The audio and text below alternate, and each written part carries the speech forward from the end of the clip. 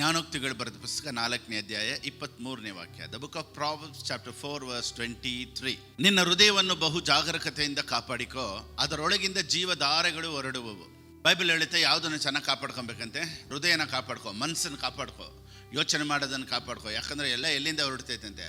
ಎಲ್ಲ ಒಳಗಡೆಯಿಂದ ಹೊರಡೋದು. ನಾವೇನು ಅನ್ಕೊಂತೀವಿ ಮೇಲಿಂದ ಹೊರಡ್ತೈತೆ, ಮೇಲಿಂದ ಬೀಳ್ತೈತೆ ಅಂತ. ಬೈಬಲ್ ಹೇಳುತ್ತೆ ಒಳಗಡೆಯಿಂದ ಎಲ್ಲನೂ ಉತ್ಪತ್ತಿ ಆಗುತ್ತಂತೆ. ಮ್ಯಾನುಫ್ಯಾಕ್ಚರ್ ಪ್ಲೇಸ್ ಅದು. ನೋಡಿ, ಇವಾಗ ಗಾಡಿಗಳು ನೋಡ್ತೀರಾ, 2 ವೀಲರ್ ನೋಡ್ತೀರಾ, ಅಥವಾ 4 ವೀಲರ್ ನೋಡ್ತೀರಾ, ಅಥವಾ ಟಿ ವಿಗಳನ್ನೆಲ್ಲ ನೋಡ್ತೀರಾ ಶೋರೂಮ್ಗಳಲ್ಲಿ ಅಲ್ವಾ?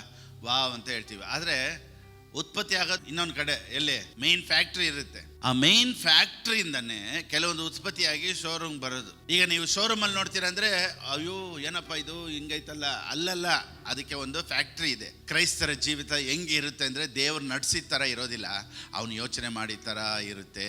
ಆಮೇನ್. ಅದೇ ಜ್ಞಾನೋಕ್ತಿ 23:7 ಏನು ಹೇಳುತ್ತೆ? ಅವನ ಒಳಗಿನ ಯೋಚನೆಯಂತೆಯೇ ಅವನಿದ್ದಾನೆ. 3ನೇ ಯೋಹಾನನು ಬರೆದ ಪುಸ್ತಕ 2ನೇ ವಾಕ್ಯ ಏನು ಹೇಳುತ್ತೆ?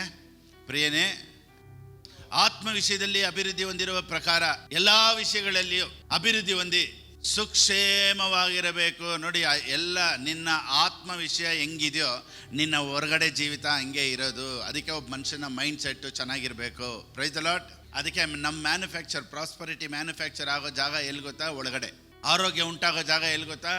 ಒಳಗಡೆ. ಅದಕ್ಕೆ ಮೈಂಡನ್ನು ಚೆನ್ನಾಗಿ ಇಟ್ಕೊಳ್ಳಿ. ಅದಕ್ಕೆ ಸರಿಯಾದ ಪ್ರಸಂಗಗಳನ್ನು ನೀವು ಕೇಳಿದಾಗ ಎಲ್ಲನೂ ಉತ್ಪತ್ತಿ ಆಗುತ್ತೆ.